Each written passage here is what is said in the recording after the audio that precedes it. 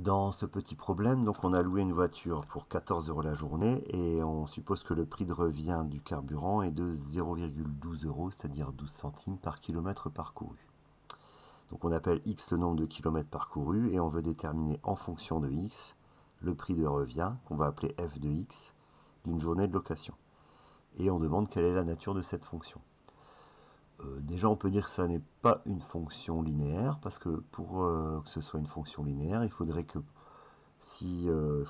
quand la valeur de x est égale à 0, il faudrait que le prix soit 0 aussi. Or ici, même si on parcourt 0 km, on aura quand même payé les 14 € de location, donc le f de 0 n'est pas égal à 0. Ce qui est une condition nécessaire pour qu'une fonction soit linéaire. Donc maintenant, comment on va pouvoir déterminer ce f de x? Donc si x est le nombre de kilomètres, donc on va payer du carburant en fonction de x, puisque pour chaque kilomètre parcouru, on paye 12 centimes d'essence. Donc si on a parcouru 5 km, et ben on va payer 5 fois 0,12 d'essence. Si on parcourt 20 km, et ben on va payer 20 fois 0,12, etc. Donc pour x km parcouru, on va payer 0,12 fois x, ou x fois 0,12. Et à ça, on va ajouter les 14 € de location. Donc ici, l'écriture de f de x, la détermination de f de x donc, se fait sous la forme donc f de x égale 0,12 fois x, ou 0,12x plus 14. Donc c'est une fonction de la forme f de x égale ax plus b, donc, où a est fixe et b est fixe. Donc ça, c'est ce qu'on appelle une fonction affine. Donc quand on demande la nature de cette fonction f, donc f est une fonction affine.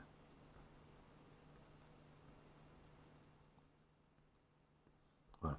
Donc une fonction affine va être déterminée par une variation qui est régulière, c'est-à-dire que si on augmente le nombre de kilomètres, si par exemple pour 10 km fait en plus, on va payer 1,20 € en plus, et quelle que soit la situation, quand on passe de 20 à 30 ou de 30 à 40 ou de 40 à 50, etc., on va toujours payer 1,20 € de plus. Donc on a une augmentation qui est régulière, mais on ne part pas de 0, puisque quand f de 0 c'est égal à 14. Donc voilà la différence entre la fonction affine et une fonction linéaire.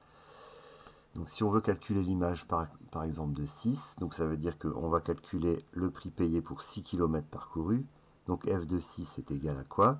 0,12 fois 6 plus 14. Bon, c'est vrai que ça fait pas beaucoup, 6 km. 6 fois 0,12, ça fait 0,72, donc plus 14, donc 14,72. Et donc ça, ce sont des euros.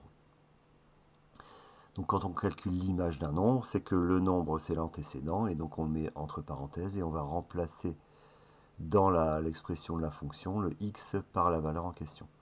Maintenant, si on veut déterminer un antécédent ou l'antécédent de 50, là on doit résoudre une équation, puisqu'on veut trouver le x pour que ça soit égal à 50. Donc là on résout l'équation 0,12x plus 14 égale 50. Première étape, on retire 14 de chaque côté, donc ça fait 0,12x égale 50 moins 14, qui nous donne 0,12x égale 36. Et donc dernière étape, x égale 36 divisé par 0,12. Donc là, si on multiplie le haut et le bas par 100, ça nous fait 3600 divisé par 12. 36 divisé par 12, ça fait 3. Et donc 3600 divisé par 12, ça fait 300.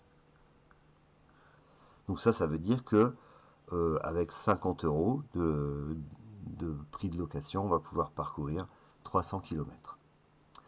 Donc voilà, on pourrait ajouter à ça la représentation graphique de cette fonction. Donc une fonction affine, donc c'est une fonction qui est représentée par une droite. Donc cette droite ne passe pas nécessairement par l'origine. Quand en plus la droite passe par l'origine, c'est que cette fonction affine est linéaire. Donc ici, pour représenter la droite, il nous faudrait 2 points.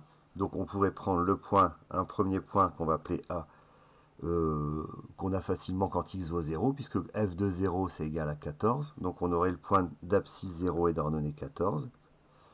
Et ensuite, on peut prendre un deuxième point, par exemple avec la valeur qu'on vient de trouver. Quand x vaut 300, f de x vaut 50. Donc on aurait 300 ici et 50 là. Bon, donc ça, pour placer ces deux points là sur une feuille, il faudrait adapter les graduations. Mais donc une fois qu'on a les deux points, il suffit de les relier par une droite. Et donc on aura la droite qui coupera l'axe des ordonnées en 14. Donc voilà.